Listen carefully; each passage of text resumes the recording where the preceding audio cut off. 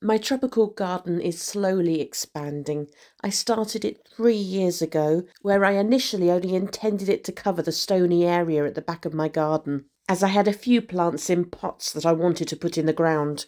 And now 3 years later, I have increased the size of this. I've added extra beds and I've extended others. And all year this year, I've been wanting to add an extra bed, and it's finally time for me to start building it. Now, of course, the first step before you build any new bed is to decide where you want it to go and what shape you'd like it to be. You may need to consider factors such as how much sun it's going to get through the day, or what condition the soil's in that particular area of the garden. For me, I know that there's a concrete path running underneath the grass, so I had to avoid that area. And I've marked out the area where I want my bed to go with a bamboo border, which I've then sunk into the grass.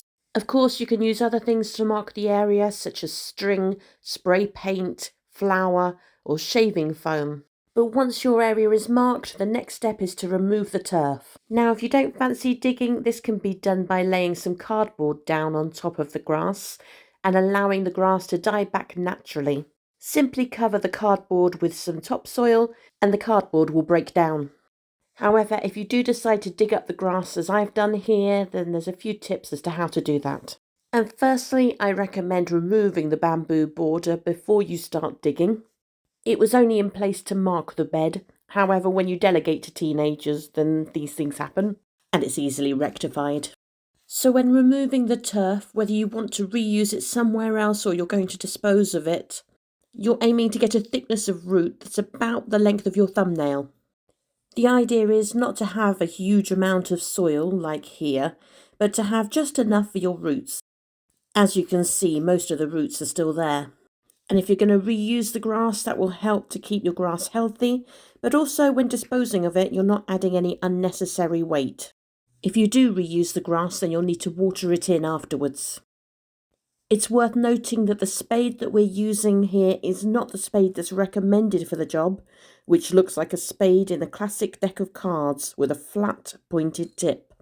However, this one is getting the job done, so if you haven't got the right spade, then I wouldn't worry too much about it. Ideally, aim to remove your turf in strips, but again, if you're not going to reuse it, then I wouldn't worry too much about that.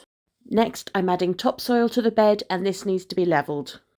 When levelling soil, you can use a rake upside down like I have here, or you can use a lute, which is a tool that's been specially designed for levelling. Make sure you've got a firm grip of your rake or lute, because the key to levelling is to make sure that you are in control of the level and that you don't let the rake control you by doing it like this. Instead, by keeping good control over your rake, then you can maintain that level as you're going through. Now, as I mentioned before, some grass was left on the inside of my bed, so I've decided to use the cardboard method of getting rid of this grass, just so I've got an opportunity to show you how this works. Of course, this is the perfect time of year for using cardboard because I'm getting quite a few deliveries at the moment. So I'm just using a bit of soil to weight down the strips of cardboard while I put this in place. And I've put the cardboard all the way around the edge of my bed, covering as much of that grass as I can.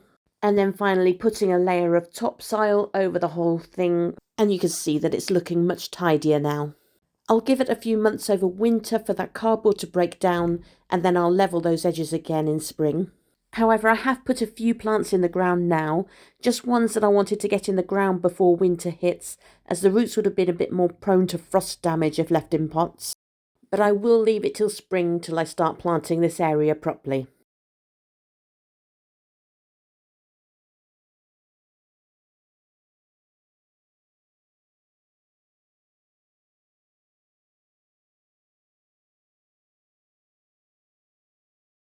If you're enjoying this content, then please do make sure you're subscribed to my channel. This is still a new channel, so every subscriber really does make a difference. You can also turn on notifications to make sure you don't miss any of my new videos.